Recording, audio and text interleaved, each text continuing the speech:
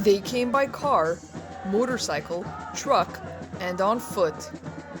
Inspired by Canada's ongoing trucker protests, thousands gathered in and around Jerusalem to demonstrate against COVID-19 restrictions and vaccine mandates. Vehicles from around Israel joined the so-called Freedom Convoy, blaring their horns as they brought traffic to a standstill in parts of Jerusalem. I'm standing here in Jerusalem near the Israeli Knesset, the parliament, where hundreds of protesters have gathered to protest restrictions that the government has implemented during the COVID-19 pandemic.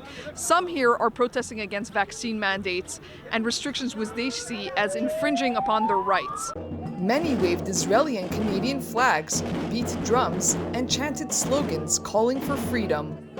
First of all, we are given the God-given right of bodily integrity. I decide what goes in my body. No one else decides, not even my doctor. I go to my doctor, he tells me to do X, I go see another doctor and I ask him about Y. Right? And that's the first thing. That's the most important thing. At the beginning of COVID, I tried my hardest to follow all the procedures and all the regulations, and I wore a mask and I did everything that I was supposed to do. But over the course of the last 2 years, the government has increasingly encroached on our rights, encroached on the normalcy of life for our children, seemingly without concern for the side effects. Some health experts also showed up, like Professor Tzvika Granot, an immunologist from the Hebrew University of Jerusalem who has long opposed lockdowns. We've seen how the government managed this crisis in the past 2 years, and we thought that it could be done better, and that coercion into getting vaccinated is the wrong strategy. And basically many of the restrictions that were implemented by the government we're totally opposed to, because we think that they are not bring us closer to the end of this crisis.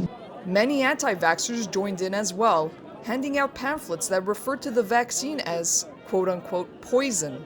Some think that everything is okay in Israel, but that's not true.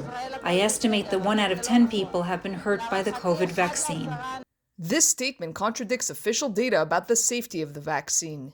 According to Israel's health ministry, out of 3.2 million Israelis who received the third dose of the Pfizer shot, only 19 reported serious side effects. One of the Israeli Freedom Convoy organizers warned that protests would continue until the government cancels all pandemic restrictions and repeals a law that grants it emergency powers. After 2 years of, like I said, imprisoning us and violating all our civil rights, the fire has rose, and this was the straw that broke the camel's back. So. The demonstration in Jerusalem is just one of many against COVID restrictions around the world in recent days. In fact, similar protests have also been held in Belgium, the Netherlands, France, and the United States. From the Israeli parliament in Jerusalem, Maya Margit reporting for the Media Line.